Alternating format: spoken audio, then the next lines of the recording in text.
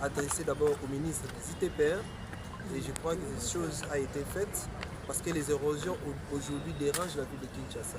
Si vous allez dans la commune de Mongafula, Kisenso, vous prenez la commune de Maluku vers Ngafura, vous allez en Télé. À Télé, si vous allez vers le quartier Baoumou, vous allez vers Bibois, Kerjon, même Efobank, en tout cas, toutes les routes sont dans un état de destruction massive. Alors, il a fallu pour nous initier cette question orale avec débat, adressée au ministre de l'ITPR, qui viendra éclairer évidemment l'Assemblée nationale. Et pas plus tard qu'avant-hier, j'étais à Kimbanteke. Dans la plupart de ces quartiers, Kimbanteke a aujourd'hui plus de 46 quartiers. Mais je peux dire un tiers des quartiers sont dans un état de délabrement inacceptable. Les érosions ravagent différentes infrastructures de cette commune. Si vous allez au quartier Kambamolumba par exemple, c'est vraiment inacceptable. Vous allez au quartier Essanga. Hier j'étais au quartier Mokali, quartier Sakombi, même ailleurs vers le quartier Kibunda. C'est vraiment inacceptable. Raison pour laquelle le ministre de l'ITPR est censé nous éclairer pour que l'Assemblée nationale puisse être au parfait. On peut tout dire. Quand on parle des inondations, les inondations attaquent les différentes maisons. Les gens peuvent fuir, mais 2 jours après, les gens vont revenir dans leur maison. Mais quand il y a les érosions, c'est vraiment bizarre parce qu'aujourd'hui, plus de 500 familles se retrouvent sous la belle étoile.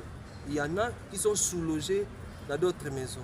C'est vraiment très bizarre, raison pour laquelle nous avons adressé cette question conformément aux dispositions des articles 100 et 138 de la Constitution et celles des articles 180 et 181 du règlement d'ordre intérieur qui régissent l'Assemblée nationale. Honorable, ne pensez-vous pas que votre initiative pourrait être étouffée, d'autant plus que le ministre des Sportifs avait bien échappé précédemment à un contrôle parlementaire? Bon, là c'était un autre cas, mais je pense que depuis ce temps-là, il a la bonne volonté d'arranger.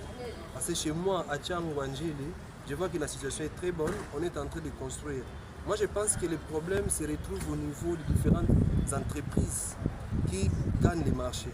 Et je crois que cette fois-ci, il va réagir parce que s'il ne réagit pas, nous allons vivre des dégâts au niveau de la population. Parce qu'aujourd'hui, Kimbanteke, on peut tout dire, Kimbanteke a un tiers de la population, 40% de la population de Tchango habite dans la commune de Kimbanteke.